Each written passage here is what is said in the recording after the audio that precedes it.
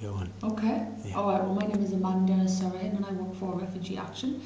I'm the Leicester area manager for Refugee Action, which means I manage teams that work in Leicestershire and Northamptonshire. In terms of what is Refugee Action is a charity, a national charity with our head office in London. We've offices throughout the country, and we're part of the refugee and the voluntary sector. And essentially, we work with refugees and asylum seekers to build new lives. Within Refugee Action, there are a variety of projects and services. For example, the advice service, which provides advice and support to people that are supported by or eligible for support by the UK Border Agency.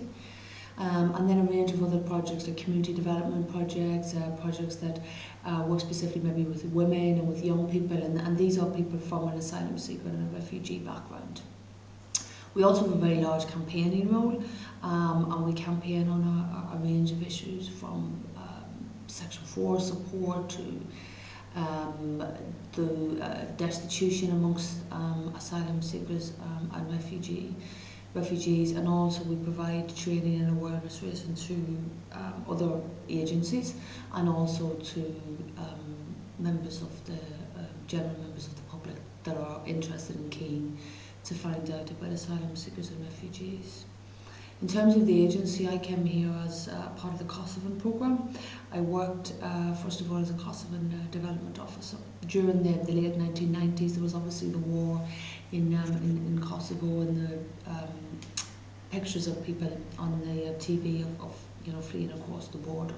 And at that stage, I wanted to become involved and somehow and actually sort of work with that group of people, but the recruitment was incredibly fast within Refugee Action at the time. And I wanted people with language skills, which I didn't speak Albanian. So later on, I became aware that Refugee Action was looking for members of staff to actually work in the community development team and work with Kosovans and actually sort of help them to move out of reception centres and actually integrate into the community. And that's where I came in. I became the Kosovan development officer in the East Midlands for Refugee Action. I was the first person to work for Refugee Action in the East Midlands. And then I moved on from there to the NAS system. I was the East Midlands deputy manager, and then I became for Leicestershire and Northamptonshire the area manager for a range of projects really. What is the difference between refugees and asylum seekers?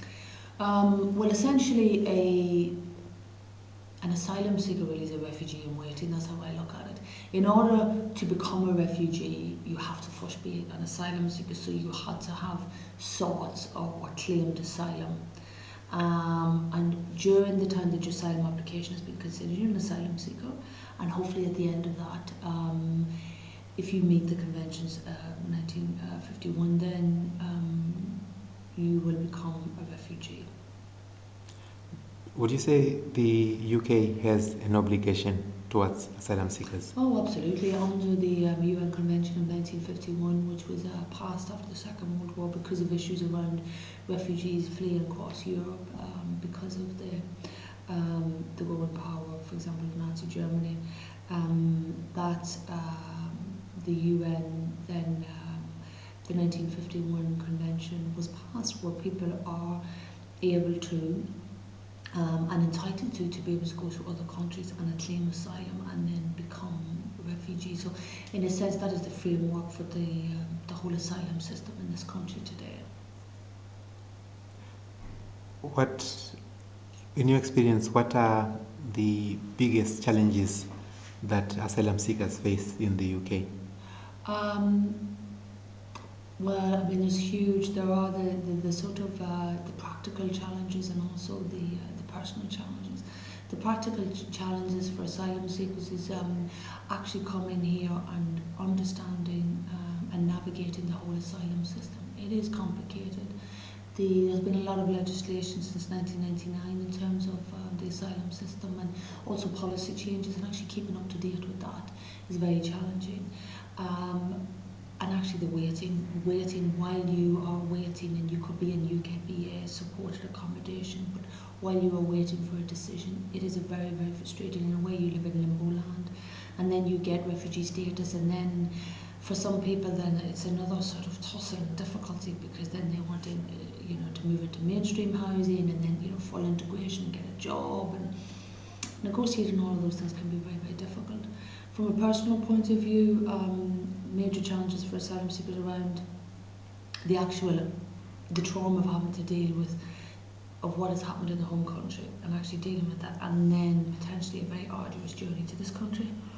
And then when they get here, dealing with being isolated, maybe not speaking the language, not knowing people from their own community, missing their family, and where they grew up, and the weather.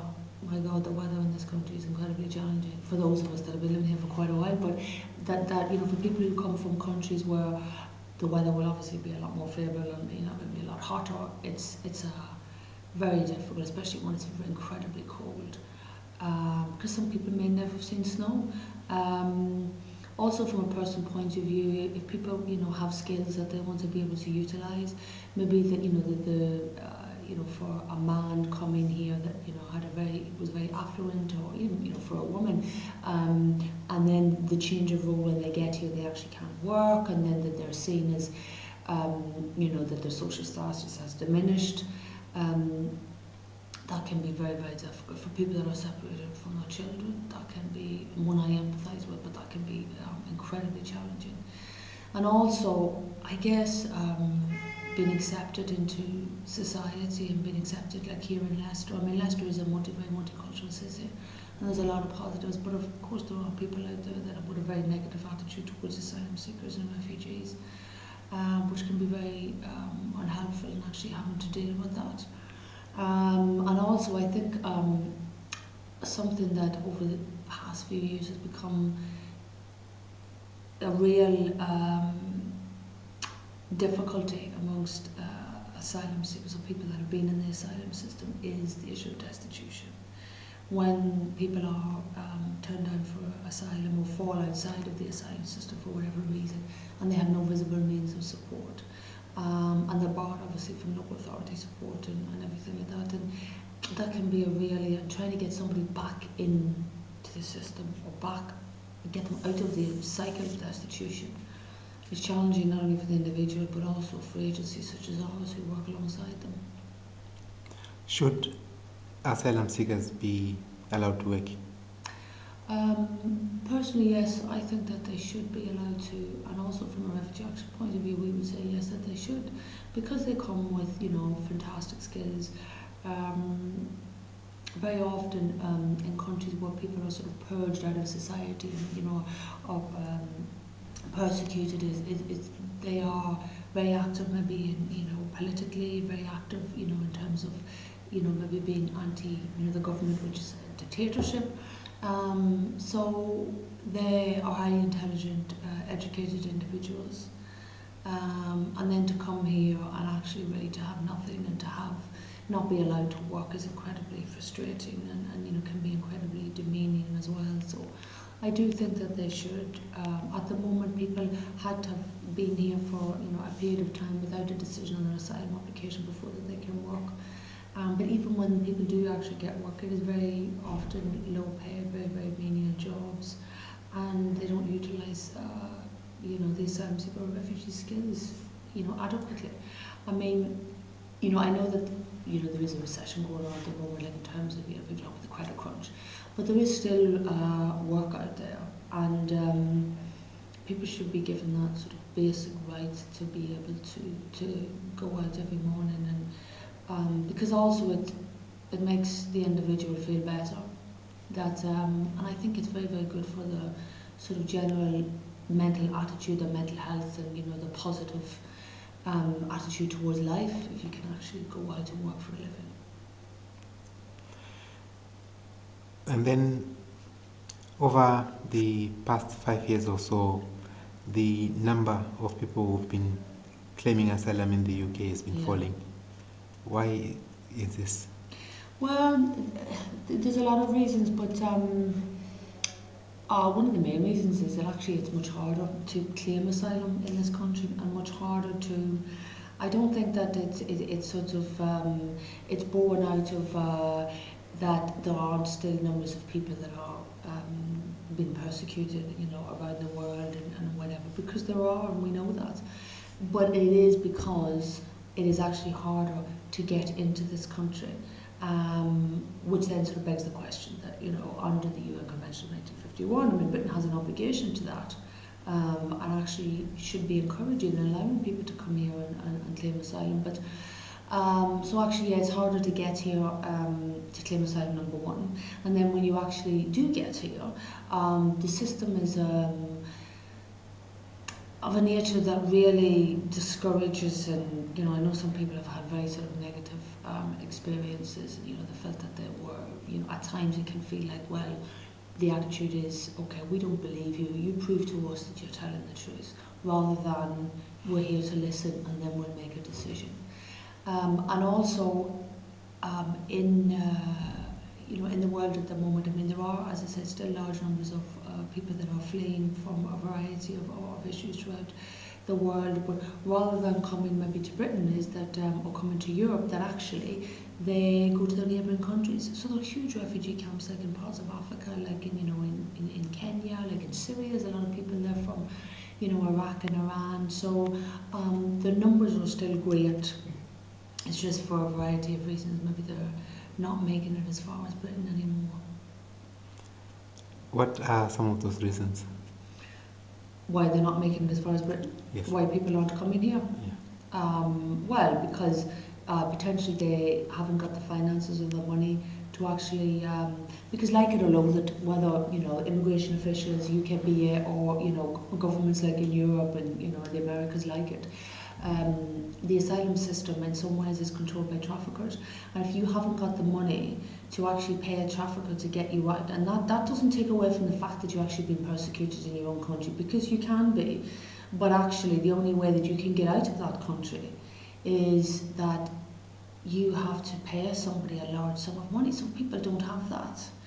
And I know that people are trafficked. I mean, their rights to claim asylum and the merits in their case are every bit as great as somebody that, you know, made it on their own steam. So it shouldn't take away from that. So lack of finances, and also, you know, lack of knowledge of people, you know, really about it. I know it's hard to believe, but you know, there may be some people actually that aren't, you know, in terms of Britain, that maybe just feel they don't know enough about it. But you know, maybe America would be a country that they may want to go to more, or if they have political or, you know, previous sort of colonial experiences of, you know, some of the African countries with France, they may want to go to France rather than come to Britain. And you know, maybe if they speak the language, if you don't speak English, some people may actually decide, you know what, I can't speak English, so go to a country where actually they could speak the language.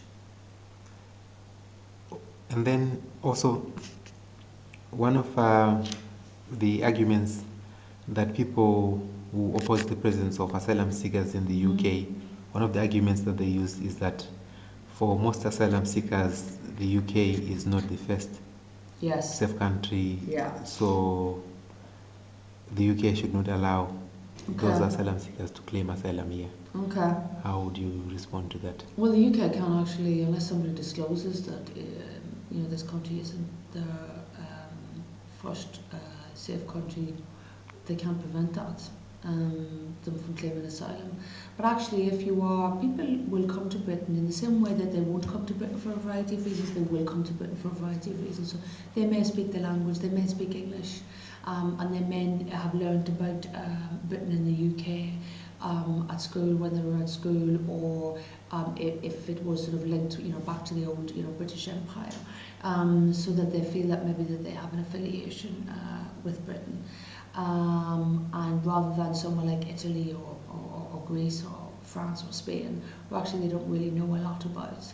And also from, I would say that, you know, people think that actually that they believe in British justice, and they see that, you know, people I'm not so sure with David Cameron, but certainly, in the past, people have said to me, that they'd seen Tony Blair on TV and they'd liked him, and they thought that, that somebody like Tony Blair could actually protect them and look after them, and actually see Britain as a just and fair society where everybody is treated equally.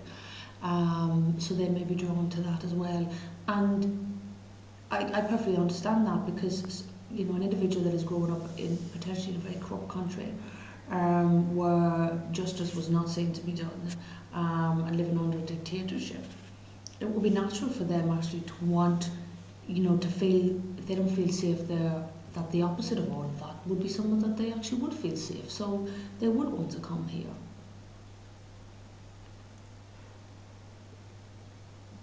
The UK has also been enforcing returns to countries like Iraq, Afghanistan, the Democratic Republic of Congo, Okay. and there's talk of enforcing returns to Zimbabwe.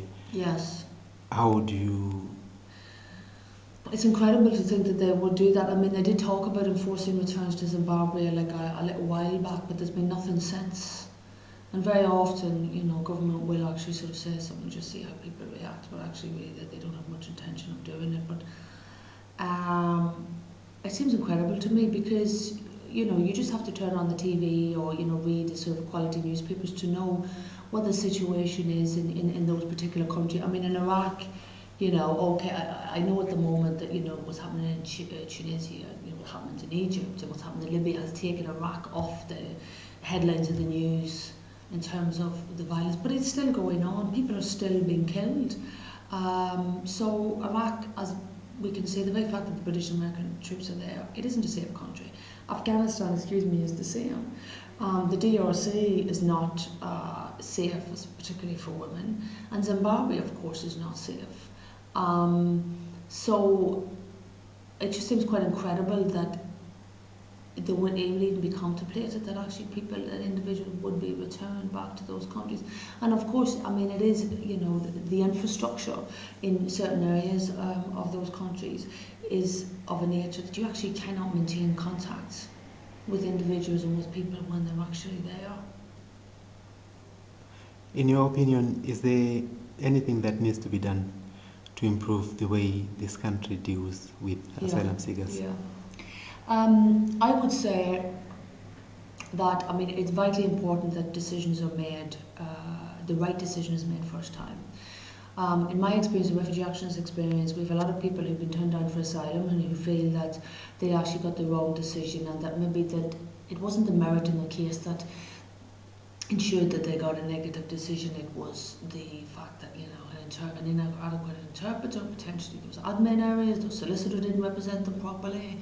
The solicitor wanted to wait and put forward all the substantive evidence at the appeal stage, which just seems incredible.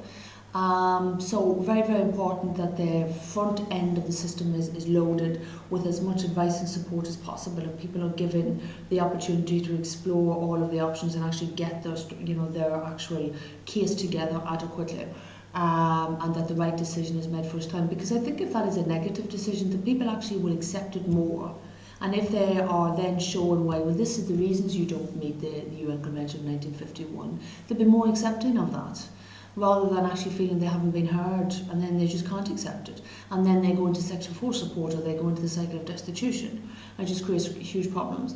I think Section 4 needs revisiting. I think the idea of the Section 4 payment card in particular, because it excludes so many people from being able to access travel, and it actually takes a lot of their sort of their basic rights really away from them, about the fact that if they need to, I don't know, have a haircut or go get a bus somewhere, it is just like too restricting.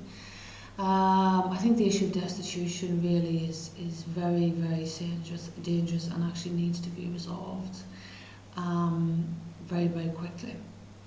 And I would like to see an asylum system where the individual, the asylum seeker themselves, they take control and they feel empowered, and aren't at the mercy of whether it be poor legal advice or immigration officials or caseworkers who potentially have a huge caseload and aren't giving them the full attention and not considering sort of all of the facts.